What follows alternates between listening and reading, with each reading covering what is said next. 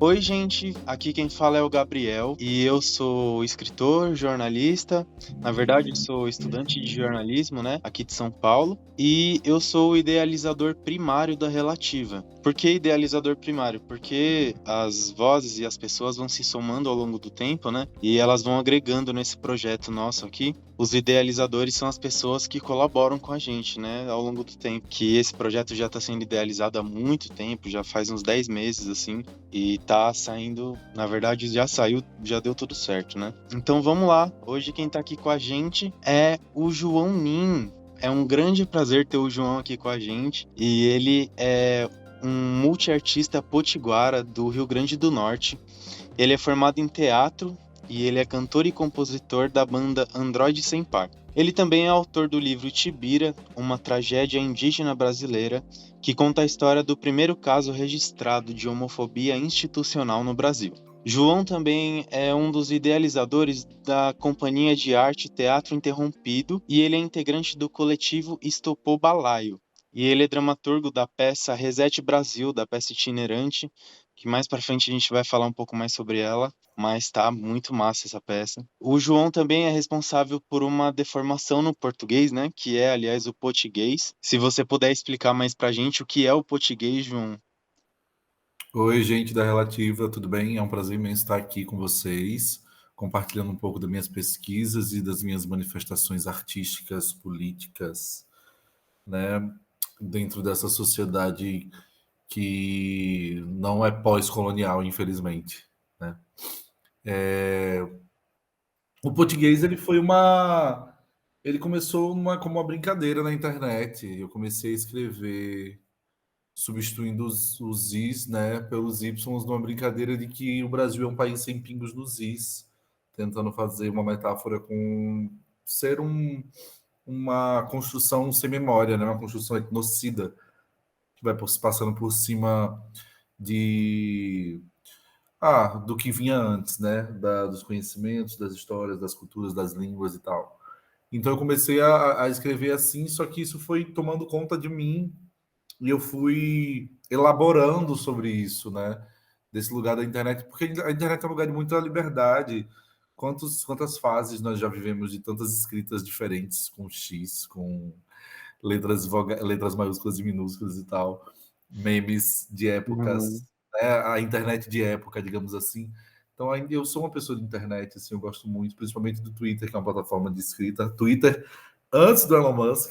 Ah, com certeza. Então,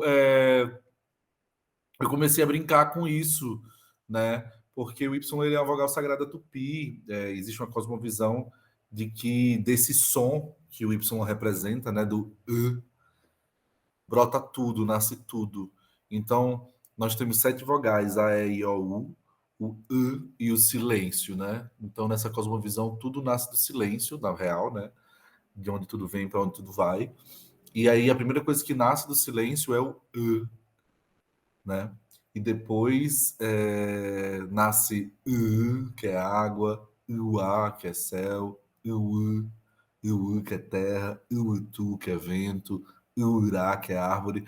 Então tudo vai se ramificando. Então eu não sei quem pensou, né? Eu adoraria saber quem escolheu para o Y simbolizar esse som, mas para mim ele é sagaz, porque ele é a língua da cobra, ele é a bifurcação das nossas veias, as ramificações dos galhos, né, as encruzilhadas, os caminhos que vão sendo desdobrados.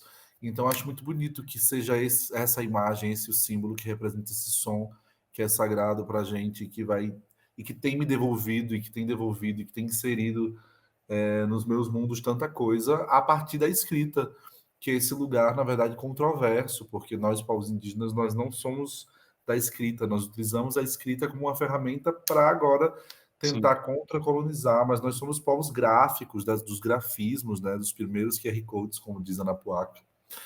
Então, por isso que eu vejo o Y mais como um grafismo do que como uma letra, digamos assim, né? Eu acho que essa é mais a minha interpretação. E então eu fui, já que eu sou de um povo, que foi o primeiro povo a escrever a língua, considerado, né? O primeiro povo a escrever a língua nativa no papel, por causa dos documentos, que são as 6 cartas de Felipe Camarão para Pedro Poti. Mas não falamos a própria língua, né? Apesar de termos tantos professores como Diego Acanguaçu, Romildo, né, que estão ensinando em escolas bilíngues ou fora delas para a gente retomar a língua, nós não comunhamos essa língua no dia a dia. Eu não aprendi com meu pai não aprendeu com meu avô. Talvez eu que tenha que ensinar meu pai agora, ele quer aprender, inclusive. Né? Tá Olha sendo um que pouco legal. reversa a parada. Mas tem sido através dessa brincadeira, que eu falo que é um ruído, assim, sobre um passado que nunca foi embora e de um futuro que nunca chega, né? Então, esse é um ruído. Eu deformo o português para substituir uma letra, depois substituir uma sílaba, depois substituir uma palavra, e depois eu estou fluente de novo na minha língua materna, né? Nossa, que isso é maravilhoso. E aliás, eu não sei, eu enxergo das primeiras vezes que eu tive contato com o português, assim, que foi quando eu tive contato também com essa minha pesquisa já para os 100 anos da Semana de Arte, né, e tal. Eu enxerguei muito o português como essa contra-antropofagia, sabe? Essa essa contra-apropriação, assim, né? Porque rola uma apropriação, né? O branco, né? O homem branco, ele se apropria de tudo, de todas as culturas racializadas, assim, e isso, aliás, depois é pintado pelos modernistas como antropofagia, né? Nossa, que processo lindo. Mas na verdade é apropriação, né? E assim, o português, inclusive eu coloco isso no texto, naquele texto que eu enviei. Nesse contexto de Semana de Arte e de antropofagia, ele é uma ele é assim uma contrademarcação, né? Pelo menos eu enxergo dessa forma. Ele é uma demarcação, na verdade, no que foi posto por gente que, sabe, que não é daqui, né? Que chegou depois e que quer ditar o que era daqui antes, sabe? Então, seguindo nessa linha também, o João, e isso explica um pouco, né, sobre o porquê o João é o nosso madrinho, é o madrinho dessa primeira edição, né? É, e por que que ele é o madrinho dessa primeira edição, que fala sobre os 101 anos e 101 dias da Semana de Arte Moderna de 1922. Primeiro porque madrinho é uma forma divertida e meio sagaz, assim, de tentar afrouxar os laços com o patriarcado, né?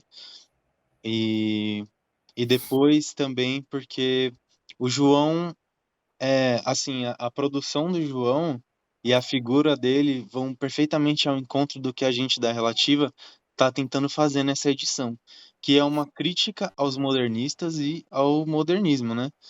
Em- e nessa crítica a gente ressalta que, na realidade, só o branco devora o outro, que é isso que eu acabei de falar. E o branco é que sintetiza a, a cultura do outro, né? Que é colocado como outro também. E a cultura do branco nunca é sintetizada, nunca é devorada. Então, esse processo inverso também precisa acontecer e acho que está começando a acontecer mais, né? O próprio português é uma expressão disso, né?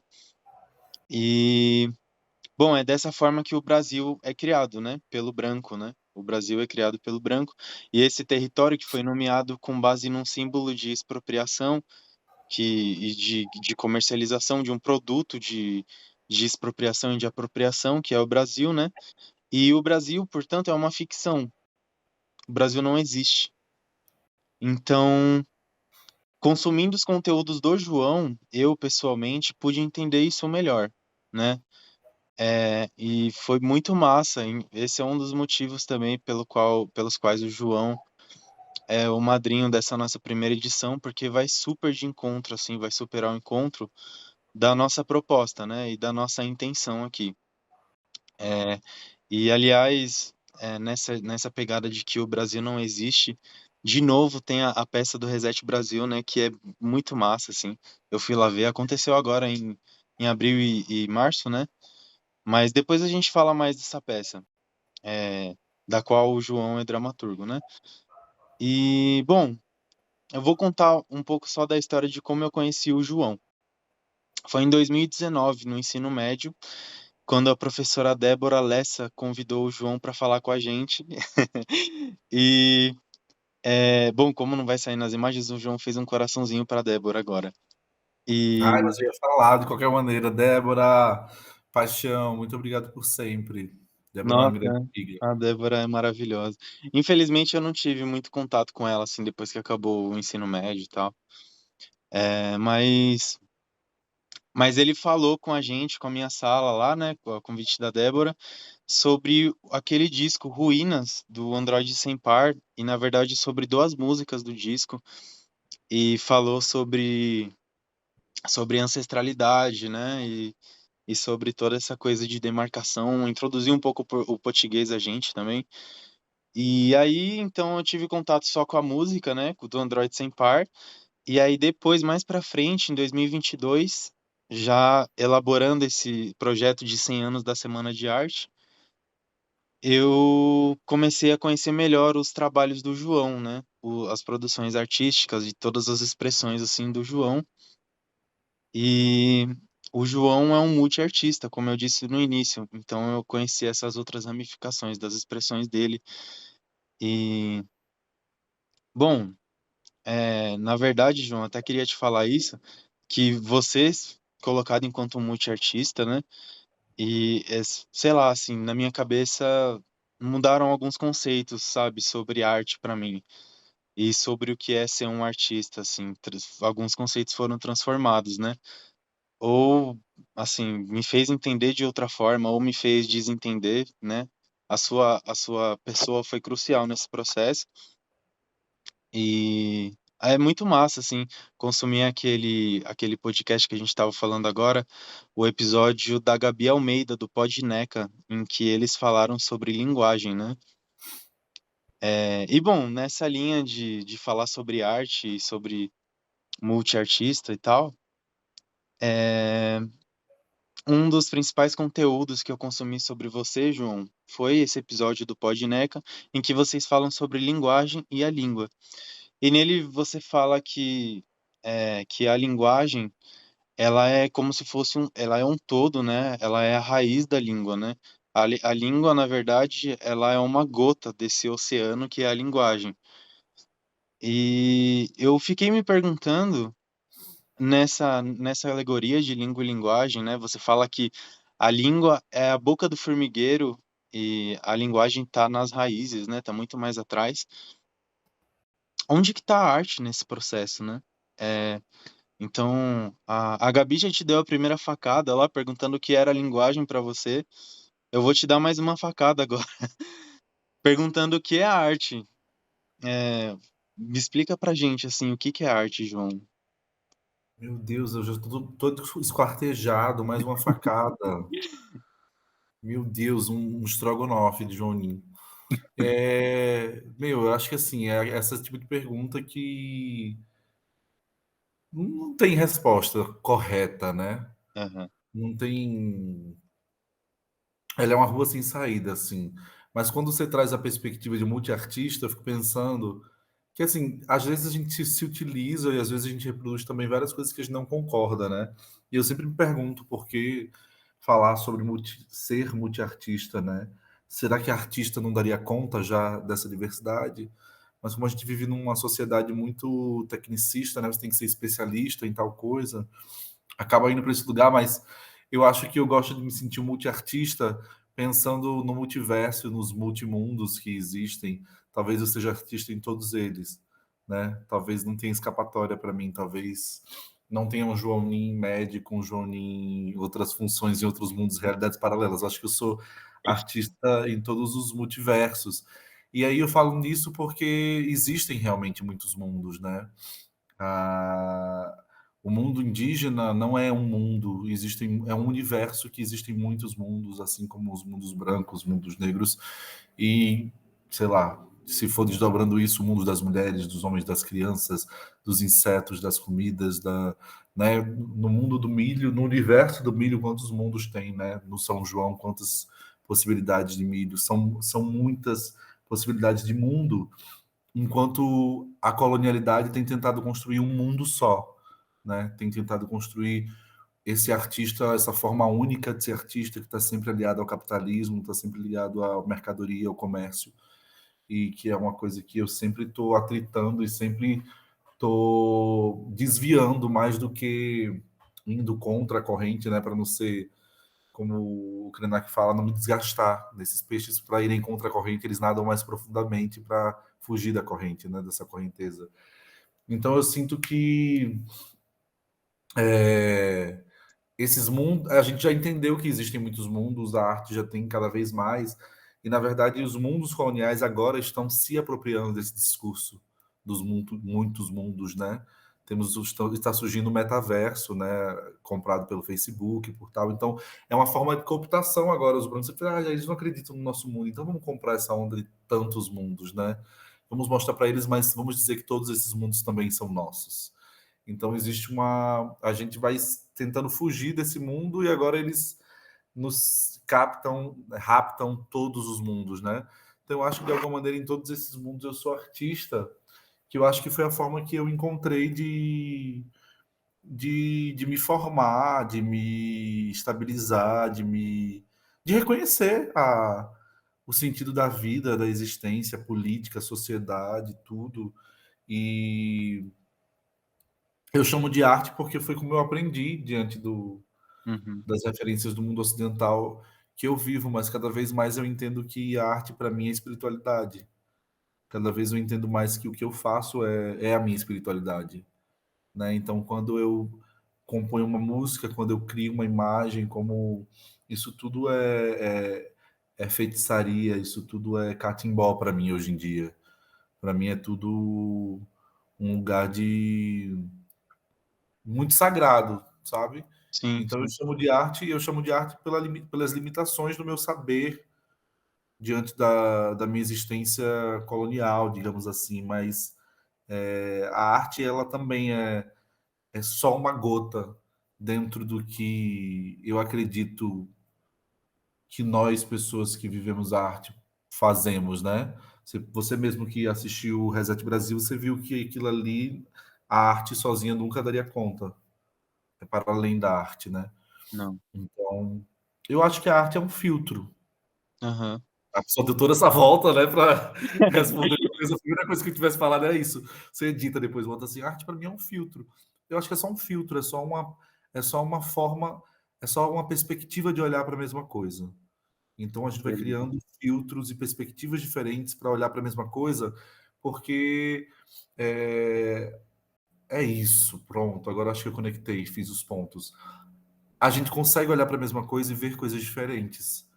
E isso são outros mundos que são criados, né, através do imaginário. O imaginário é um território, o imaginário é um mundo. Então a gente pode estar olhando para a mesma coisa, mas tendo perspectivas totalmente, interpretações totalmente diferentes, referenciais diferentes, tudo diferente. E acho que a arte, ela às vezes é um filtro que foca, faz você olhar junto a mesma coisa, pela mesma perspectiva, ou às vezes ele, se é um lugar que está te limitando ao ponto de, a perspectiva de vista, a arte vem para criar um horizonte para romper esses limites, para você ver de outras maneiras. Acho que é esse lugar paradoxal. Nossa, maravilhoso. E eu acho que essa definição, assim, de que é um filtro, né? Um filtro meio que subjetivo, assim, né? E esses vários mundos são vários universos dentro de pessoas, né? Que mais do que indivíduos, acho que pessoas que compõem esse todo e que fazem acontecer essa troca que tem, o que também gera arte, né? Porque você falou do coletivo Estopo Balaio, e do Reset Brasil, assim, o que seria do Reset Brasil se não fosse feito por um coletivo, né? Então, Impossível, nunca existiria. nossa, total, eu compreendo muito isso, porque no caso do Reset Brasil ali conta histórias, né? E histórias das pessoas que participam que fazem parte da peça itinerante, né? Mas nessa pegada de olhar para subjetividade, assim, né? Para esse filtro que é a arte, que também acho que faz parte de um todo nessa alegoria entre língua e linguagem, né? É uma gota, mas sei lá, talvez faça parte de um todo também, né? Ou componha um todo também, justamente porque é um filtro de tudo. Tem uma imagem bonita dentro dessas coisas que a gente está brincando de gota, né? De quase uma questão matemática daqueles. Como que é essa questão da matemática que a gente vai fazendo as bolinhas aí, intersecção? Eu esqueci Ah, como tô é ligado. isso. Mas não lembro qual que é. Como é? Eu não lembro. Eu só sei o que que é. Tem um nome específico isso, mas tem uma frase do Ailton Krenak que eu gosto muito, que ele fala que toda semente é a virtualidade de uma floresta, né? Então, eu acho que, pensando também, a gente poderia trazer isso para a arte, como uma virtualidade da vida, né? Uhum. Como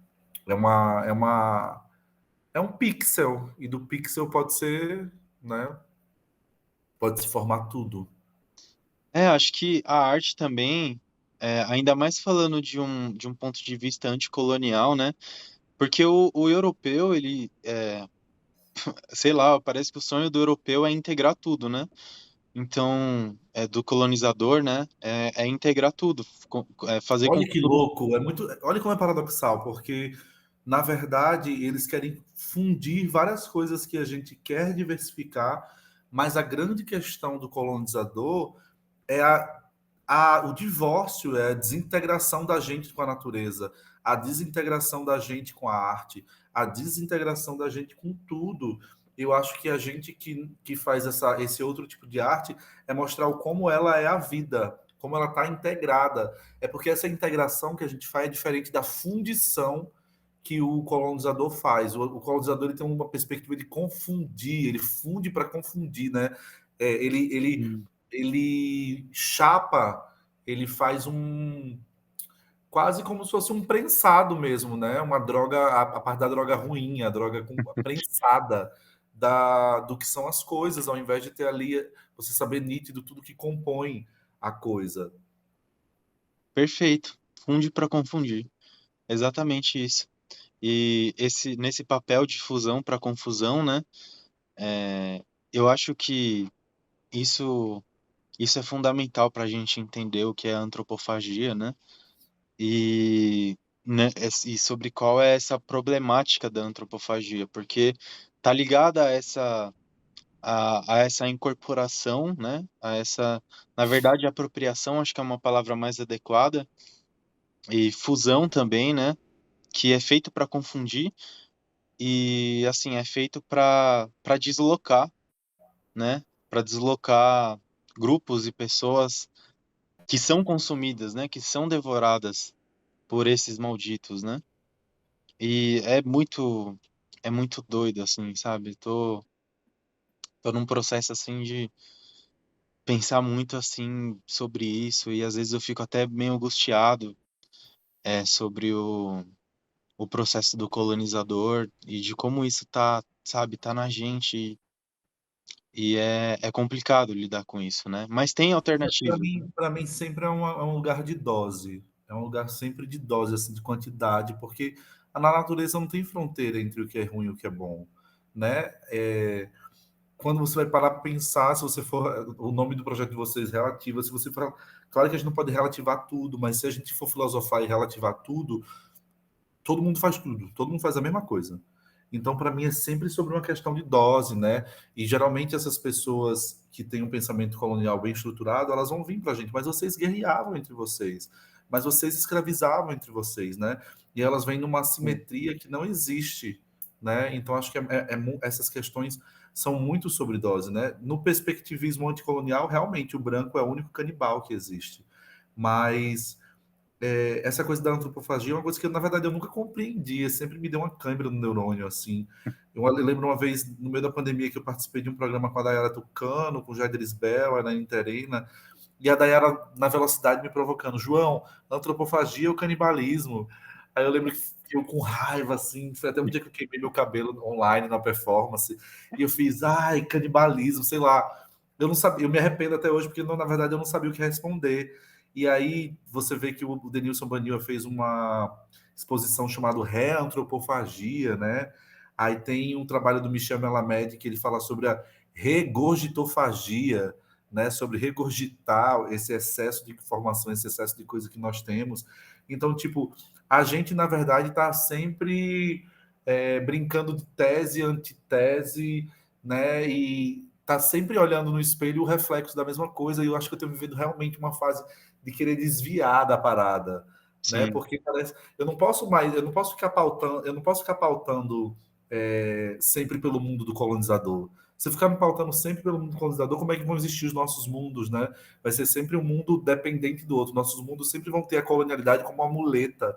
E eu não quero ficar sendo sustentado pela muleta da colonialidade. Eu não quero ficar contando apenas tragédias das nossas histórias, né? Então, eu brinco muito do. Ah, tá, acho que hoje em dia, se fosse antropofagia ou regurgitofagia, eu acho que eu ia fazer que nem aquele negócio do rodízio, que você vira a placa assim e fala, tô satisfeito, e você fica fazendo uma desviofagia, assim, sei lá, desviando. Tipo, não quero comer isso, mas não. ai, menino. Essa parada aí é muito, muito foda, assim, confunde muito, sabe? E assim, não sei se os próprios modernistas entendiam o que era antropofagia também, porque eu tava lendo Eu agora acho um que lançaram a artigo, moda e ficaram patinando por cima para tentar colher alguma coisa. A sensação que eu tenho às vezes parece que foi isso, né? que Porque não assim, foi muito pensado, não, mas é muito romantizado, né? O nossa, Casé, sim, o Casé Angatu fala, eu lembro de quando eu conheci o Casé, ele dando uma palestra dele falando assim, gente, vocês acham que a gente comia para se alimentar? Você dividia um corpo entre a aldeia inteira, sobrava um dedo mindinho para mim. Então, tipo assim, um dedo mindinho ia matar minha fome? Não, tinha um outro lugar, assim, muito mais ritualístico, outros significados, né? Outra perspectiva.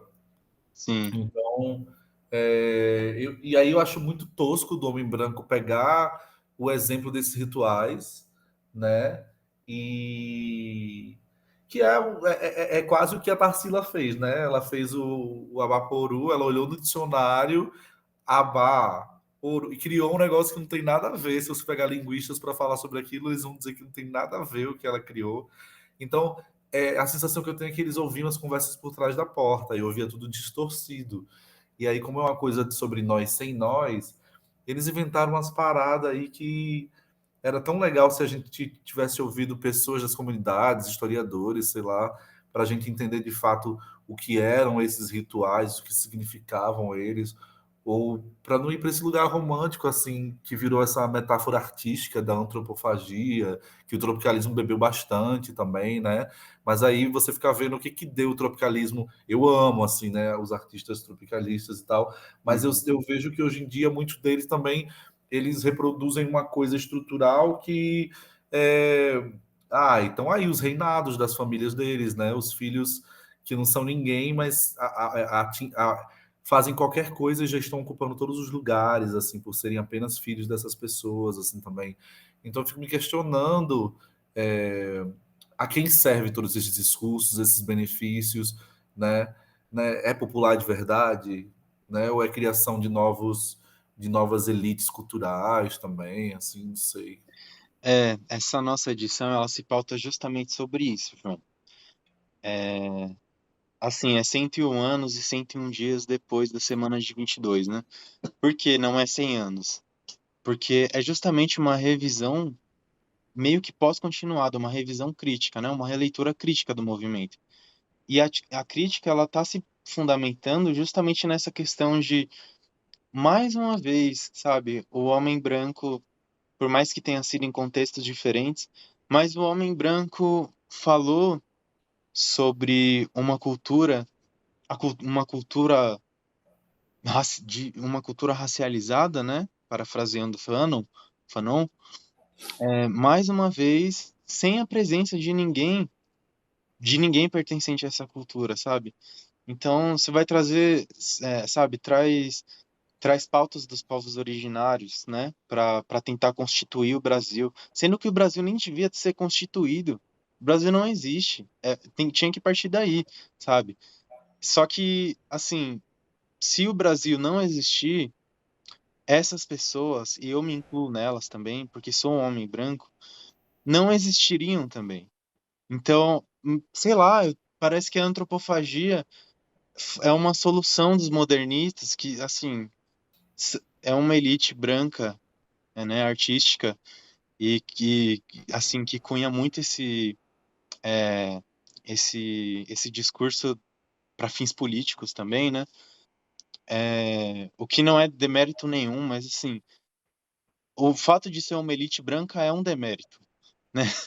Porque é, é uma forma de tentar se localizar, né? Porque assim, a gente quer a gente quer trazer a gente quer trazer culturas e a gente quer trazer algumas coisas dos povos que eram, né, essa terra antes dos nossos ancestrais chegarem aqui. Então, o que que a gente vai fazer? A gente vai devorar eles, né?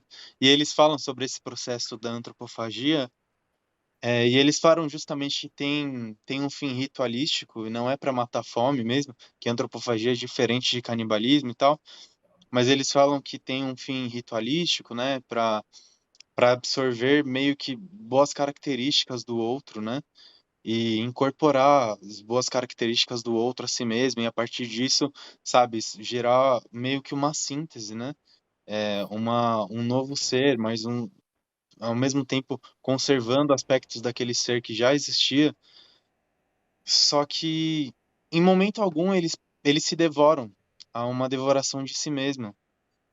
E em momento algum também, naquela época, havia uma devoração, porque nunca teve espaço, para ter uma devoração de outros sobre eles, né? Eu não sei se está fazendo sentido o que eu tô falando, assim, mas eu quero chegar no seguinte, que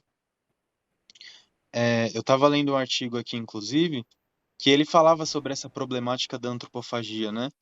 Ele traça um paralelo ali entre o Fanon e o Oswald, né? E Acho que o Oswaldo era uma das únicas pessoas que não era branca, né? não, era o Mário, que não era Ou branco. Mário, é verdade. Eu confundo sempre É os sobrenome. Andrade, é. Mas o Mário não era branco, mas ele fez Macunaíma, né? Que foi uma descaracterização, né, assim, compôs uma descaracterização de uma Não, entidade ele. indígena. Macunaíma, se eu ficar falando Macunaíma, eu vou só passar raiva, porque eu acho um grande desserviço às questões étnicas, etnorraciais, na verdade, né? Uhum. Eu sei que tem. Algumas pessoas vão poder falar que é falta de interpretação do Ah, texto, essa coisa do herói sem caráter, mas que vira branco, índio, negro, não sei o quê. Mas eu acho que mesmo que é uma.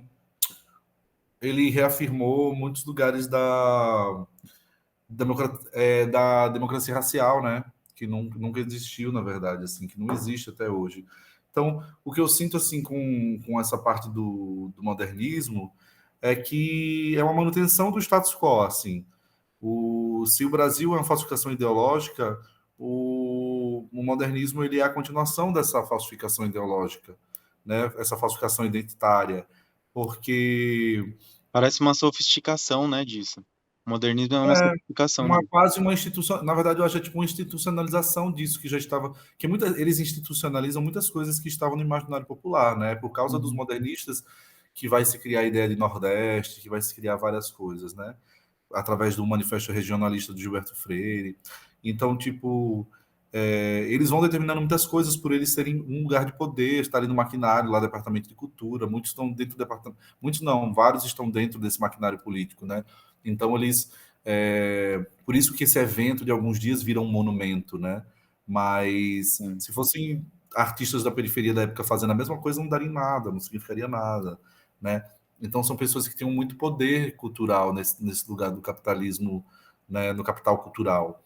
Então eu sinto que essa manutenção para não perder o poder, e olhe que assim, legítimo de alguns, porque sim, algumas dessas famílias de gente modernista são descendentes dos quatrocentões, né, dos quinhentões, de famílias descendentes de Tibiriçá, que foi esse indígena cooptado que se aliou aos jesuítas, né? Então, existe esse lugar de se reconhecer uma ancestralidade indígena e falar sobre essa perspectiva, só que um distanciamento completo um distanciamento étnico completo, né? Não se mantém, existe uma desintegração completa, assim, uma incineração quase dessa identidade indígena, mas eles querem recuperar isso e aí por isso que eles se afirmam e se baseiam tanto nesse lugar da democracia racial para garantir que todo mundo tem sangue indígena, mas Nem todo mundo tem sangue indígena. Eu que já morei no sul, eu sei muito bem, né, o quanto as famílias são fechadas entre si, apesar de serem mestiços de brancos, né? Porque Uhum. um italiano com ucraniano, um italiano com português, um italiano com alemão é um mestiço de branco também, né? São etnias diferentes de branco que estão ali fazendo a mestiçagem. Então, eu acho que foi uma fase assim que ela só veio para reafirmar com embasamentos. Sabe quando você legaliza o ilegal? Sabe quando você Sim, vai institucionalizando, né, as coisas? Acho que foi muito nesse sentido, para assim. impor limite, né? Para conseguir impor limite. E Mário, eu estudei muitas coisas sobre o Mário, né? Apesar de confundir os Andrades, eu entendo um pouco deles, assim. E, né, o Manifesto Antropofágico do Oswald, o Turista Aprendiz, o Macunaíma do Mário, né? Eu sei que ele tinha boas intenções, mas aquele negócio de boas intenções, né? O inferno colonial tá cheio. Então, tipo, ele enxergava as coisas, mas ele não tinha imaginário para entender algumas perspectivas não brancas, não ocidentais, apesar dele não ser um cara branco, mas ele estava ali dentro daquele meio, né? Então é muito fácil ser cooptado, é muito fácil reproduzir as ideias desse mundo que você nasceu. E aí eu acho que muita parte da minha arte é estranhar esse mundo que eu nasci, é desnaturalizar esses mundos que eu nasci, é desnaturalizar o português como minha língua, estranhar o português. E aí isso vai para vários sistemas, pode ir para o sistema de raça, sistema de gêneros, sistema educacional, sistema que for, né? Porque para mim a raça é uma farsa. Não existia raça antes da chegada das caravelas, né? Sim. Então, tipo, essa institucionalização através da cor, através de umas questões fenotípicas, né, desse racismo científico, vão criando essas separações que os movimentos neoliberais hoje em dia, na verdade, reafirmam, porque esses mundos neoliberais, eles precisam das muletas do mundo colonial, porque se não tiver, esses mundos não sobrevivem. Então, é quase como uma peça do Brecht, que é tipo o cara que cuida vai lá fazer a limpeza do cachorro no pet shop, mas depois que ele limpa todos os carrapatos e todas as pulgas, ele devolve para o dono com um casalzinho, uma pulga grávida, para aquele cachorro sempre se empestar e precisar voltar para ali para ser limpo outra vez, né? Então, as pessoas, esses mundos neoliberais vivem de denúncias e de protestos a coisas que eles não querem nunca que sejam resolvidas, porque eles precisam desses problemas para continuar existindo, né? E os nossos mundos não, nós queremos o bem viver, nós queremos a manutenção do que ainda tem nas nossas culturas, nós queremos a retomada do que ainda está dentro do nosso sangue, mas não está aqui no mundo concreto, né? Então, na verdade, a gente quer acabar com tudo isso, a gente quer que todo mundo viva bem coletivamente, a gente acredita nisso antes do comunismo. Então, eu ia falar justamente isso, né? Assim, primeiro que eu tô passando por um momento, assim, também, que eu tô enxergando que o comunismo e o marxismo, eles não são a única forma de luta anticapitalista, porque, assim, que nem a gente vê, eu vi, inclusive, no Reset Brasil, numa hora que as criancinhas falam que a revolução tem que vir da terra, né? Então, isso faz total sentido. E o liberalismo e o neoliberalismo e o fascismo também, que está ali muito interligado assim, ao modernismo, porque tem raízes parecidas, né? Que é o futurismo, mas eles são sistemas de manutenção desse grande sistema que é o capitalismo, e na verdade parecem sistemas de manutenção ou o próprio capitalismo parece um sistema de manutenção do colonialismo, né? Porque, Olha, se você eu reconheço muitas contribuições do marxismo, do comunismo, sim, e preciso estudar muitas coisas também a mais para poder falar melhor. Mas se você ler um texto do Russian Means, que é uma liderança lakota, que ele chamado Para que a América viva, a Europa tem que morrer, ele fala marxismo como uma manutenção do status quo. Ele resolve o problema do branco dentro do mundo branco, mas ainda assim deixa os mundos indígenas morrerem, né? Então ele pergunta a quem serve de fato essas revoltas, se não incluem esses outros mundos, né? Então, tudo bem que tem um contexto da mineração de urânio lá do território deles e tal, mas aí você amplia um pouco o horizonte do imaginário assim para entender realmente, tipo, por que que eu tenho que continuar, tipo, mesmo o veneno vem de lá e a cura também tem que vir de lá, né? Você começa a Sim, estranhar assim, ao mesmo tempo que você não quer de nenhuma maneira ficar em movimentos conspiracionistas como os bolsonaristas, nesse lugar de fake news e tal, né? Então é preciso ter muito cuidado e estudar por muitos ângulos todas as coisas para tentar ter uma perspectiva mais ampla, né? E entender todo esse tabuleiro que a gente está envolvido, porque nós somos peças de um jogo que, tipo assim, a gente acha que o gosto é nosso, a gente acha que estamos tendo as nossas próprias ideias, nossas próprias coisas, que nada. é. Nossa, esse papo vai longe.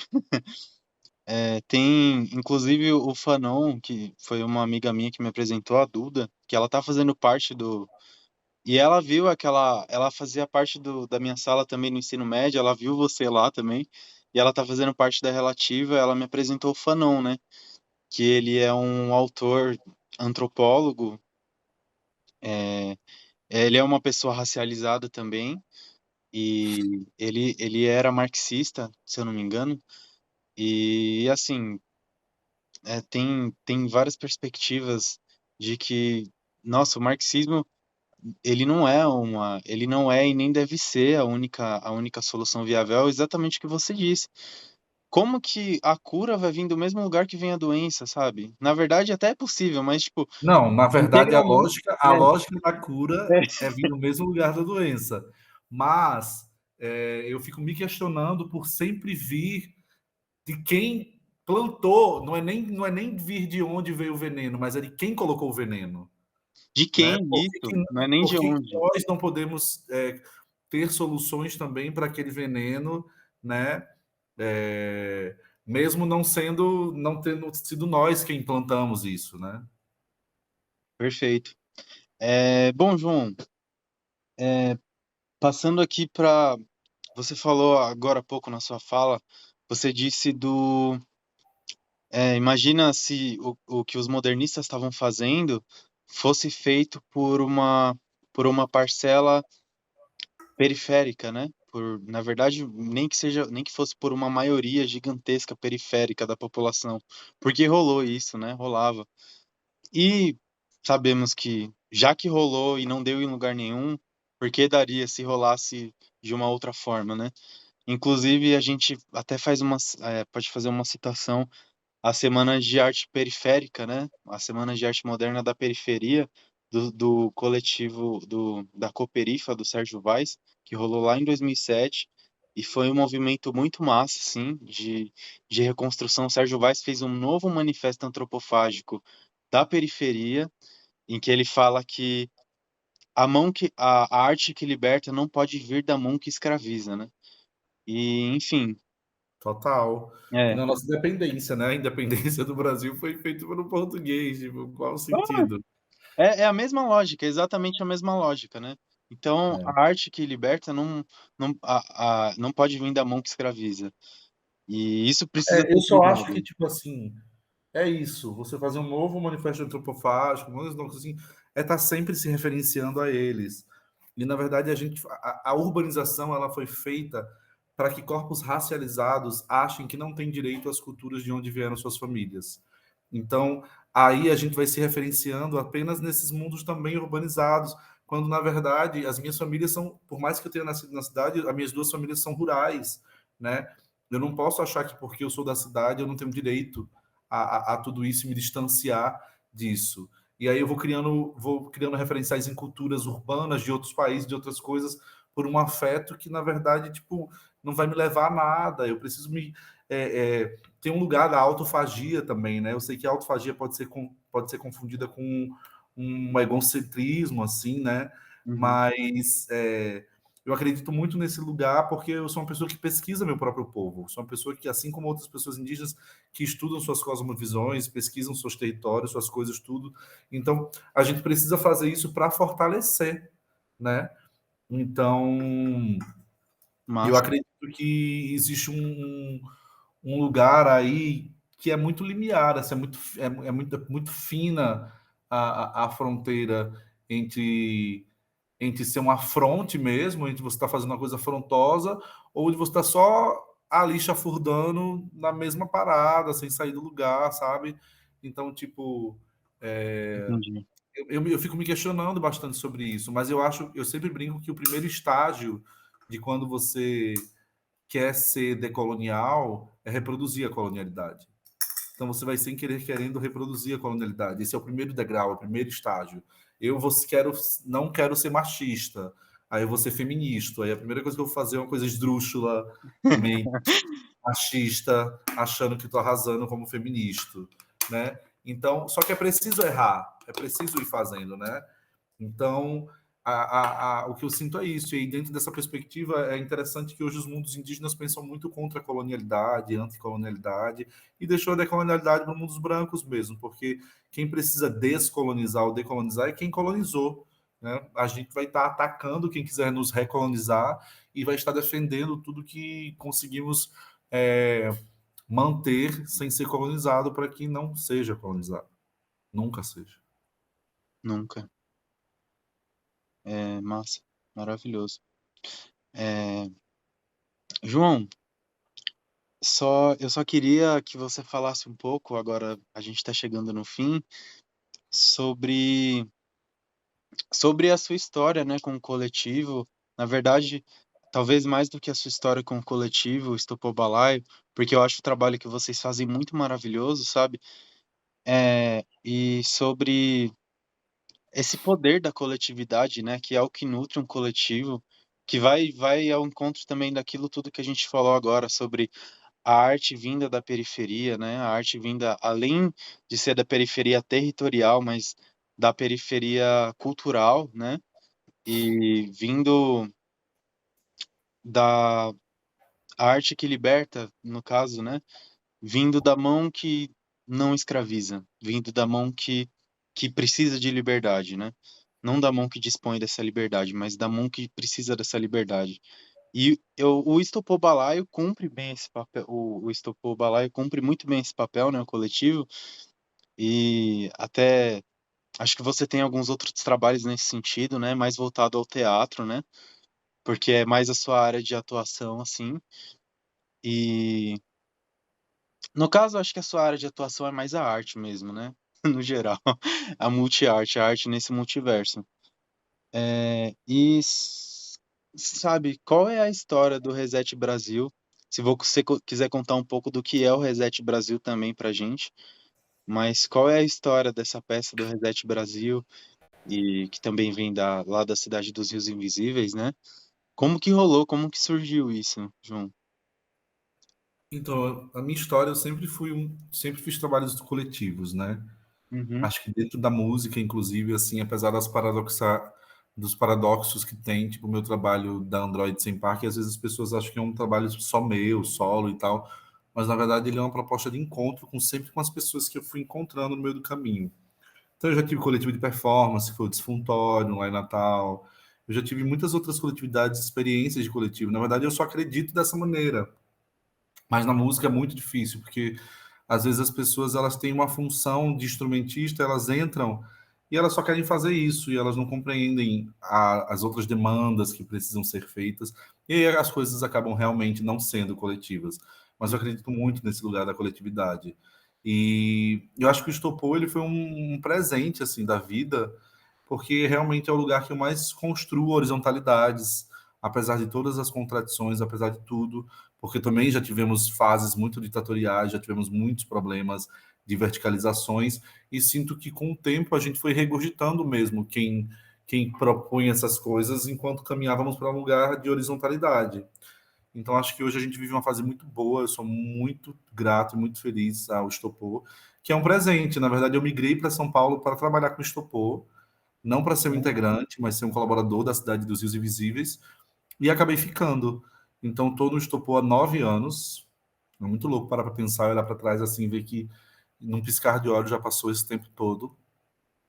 E O Reset Brasil, ele é a nossa terceira trilogia. A gente teve a trilogia das águas, aí nós tivemos agora, antes do Reset Brasil, a gente teve Nos Trilhos Abertos de um Leste Imigrante, que era sobre migrações. E agora nós temos essa trilogia que a gente chama de trilogia da amnésia, né? Teve primeiro Reset Nordeste, agora Reset Brasil, e em breve Reset América Latina, que é um grande desafio que a gente vai ter também. Uhum. Tanto porque é isso, o Reset Brasil está fazendo muito sucesso, é emblemático, como fazer algo que se mantenha ou seja superior a isso, né? Sim, Pode ser um grande declínio, é um grande desafio. um grande desafio, né? Pode ser uma grande fraude. Então, essa trilogia da amnésia surge também nessa metáfora de que somos um país sem memória. Então a gente decidiu brincar com esse lugar do. Muito antes, eu acho que a gente começou essa pesquisa antes de ter Bacurau, mas todo mundo compara com Bacurau, que Bacurau tem aquele negócio da cidade sumir do mapa, né? Aham, Mas a gente tem essa coisa de sumir uma territorialidade. Então, em Reset Nordeste, que a gente só conseguiu fazer online por causa da pandemia, do isolamento social da pandemia, o Nordeste some do mapa do Brasil e agora o Brasil some do mapa da América Latina, né, de Abiyala. Então, a gente foi pesquisando para entender que o Nordeste, o Brasil e a América Latina são ficções brancas, né? São autodeterminações dos mundos coloniais, que são desencontros, não são encontros com as populações nativas aqui, são lugares de apagamento, ao invés de serem lugares de contribuição. São lugares de miscegenation, né? Lugares que o prefixo mis são de perda da memória, perda da história, ao invés de ser um encontro e ser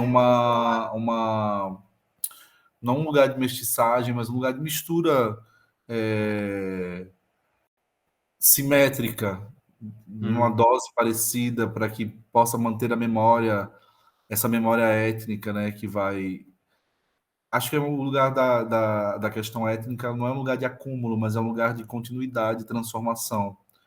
Então, foram apagando nossa transformação, né? E foram nos congelando, nos aprisionando. Tipo, quem vive na América está preso, está aprisionado. É um grande feitiço que foi feito, né?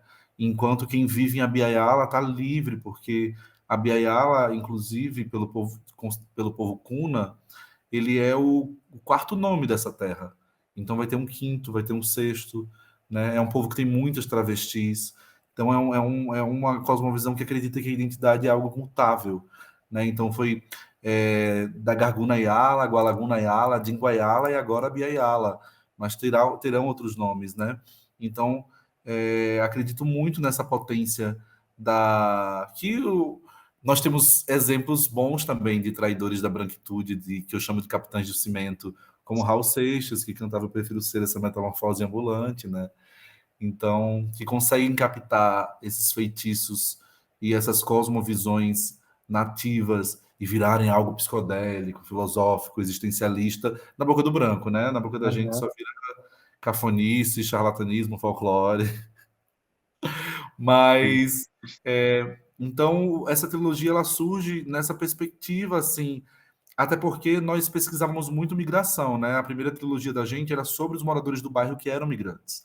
A segunda trilogia foi sobre migrantes e imigrantes para São Paulo. E essa terceira trilogia, a gente foi mergulhar para dentro. Nós somos hoje um coletivo majoritariamente indígena.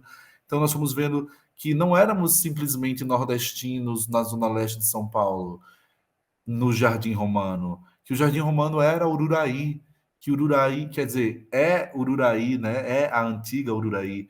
Que Ururaí, esse território ali onde é São Miguel Paulista, é o lugar com a maior quantidade de nordestinos fora do Nordeste. O que isso significa?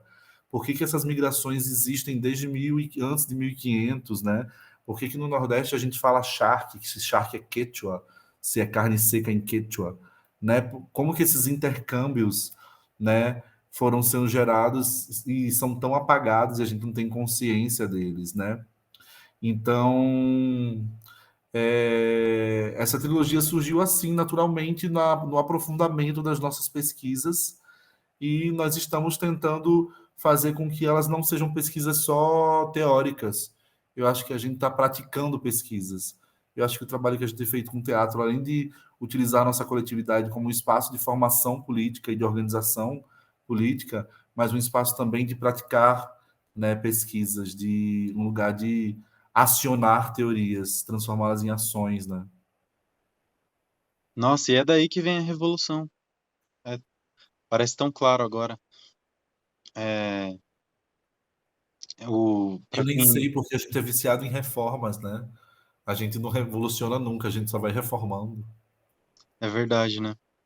Parece também que para eu tenho pensado um pouco nisso, para fazer revoluções assim, eu preciso trazer muito de trás, assim, trazer do que foi suprimido, sabe? Trazer do que foi reprimido, porque é que nem como o português, para mim é um grande exemplo disso, é assim, incorporar mesmo com, sabe, colocar uma vogal tupi, né? Que é mais do que uma letra, né? É uma vogal tupi que é a alma no, no alfabeto português, sabe?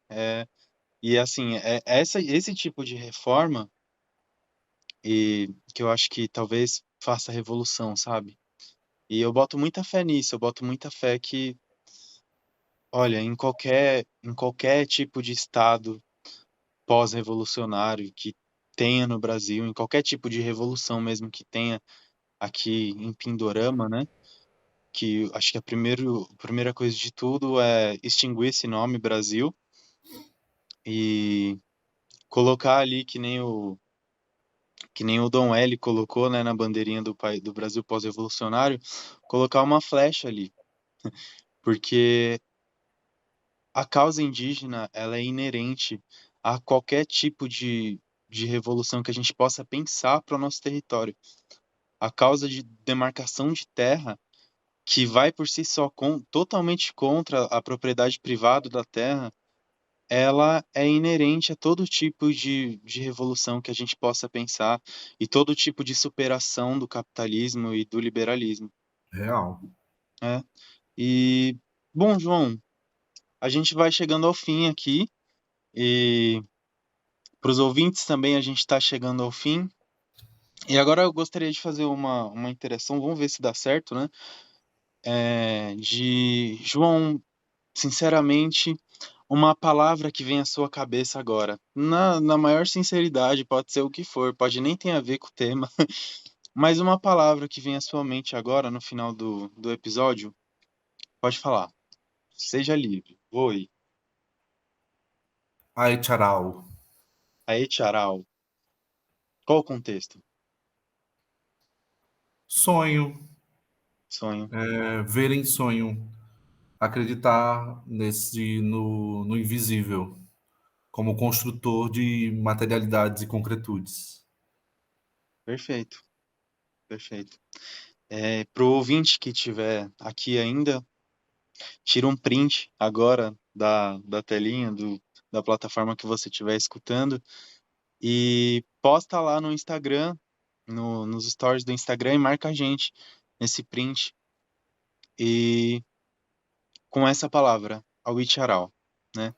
Então, Lembrando que as línguas indígenas não são alfabéticas, então escreva como você quiser essa palavra aí, tcharal, que significa como você acha que ela é grafada. perfeito, perfeitamente. Então, assim, deixa sua marca ali nessa palavra também, escreve da forma que você quiser e acho que a gente pode falar muito sobre não sei, vem uma sensação de liberdade assim, sabe? Essas palavras abiaiala e vem uma sensação de liberdade de poder voar, de se sentir cada vez mais solto dessa integralidade, né? Dessa fusão assim que rola e, sabe, parece caminhos que você pode escolher. Fica tranquilo, você pode escolher os caminhos. Bom, Ah, e que todo mundo possa escolher. Eu acho que é mais sobre isso, porque quem teve o poder sempre pôde escolher, né? Então a sim, gente está construindo, está indo a mundos que todos possam escolher e não ter só não ser a condição aham, estar ou ser daquela maneira. perfeito. Então, João, muito obrigado. Muito obrigado a você que ouviu a gente até aqui também. Eu realmente quero te agradecer muito, João, porque Eu acho que eu acho não, com certeza, eu queria ter tido esse bate-papo e com certeza eu quero te encontrar mais vezes, porque tem sido, todo o contato que eu tenho tido com você tem sido muito enriquecedor, sabe? Pessoalmente mesmo. E muito obrigado por aceitar o convite da Relativa também, por aceitar esse amadrinhamento, e por fazer esse amadrinhamento da nossa primeira edição, né? Valeu, você é fantástico. Muito Ah, eu obrigado, que João. agradeço, Aue, muito obrigado. Ah, eu agradeço por ser madrinho, eu adoro essa brincadeira também. Mas é isso, obrigado pelo convite. Quem está ouvindo a gente acompanha aí minhas páginas, meus grupos, minhas confabulações com a galera aí, que aí é a única coisa que a gente sabe fazer, então até morrer vai estar rolando essas paradas aí. Isso. Ó, e nessa postagem que você for fazer, marca a Relativa e o João Nin, tá? Qual que é o seu arroba, João? Arroba Joaonin, J-U-A-O-N-Y-N. Perfeito. E acompanhe o trabalho do João, porque realmente vai valer muito a pena, gente. Valeu. Tchau. Cuida, tchau, tchau.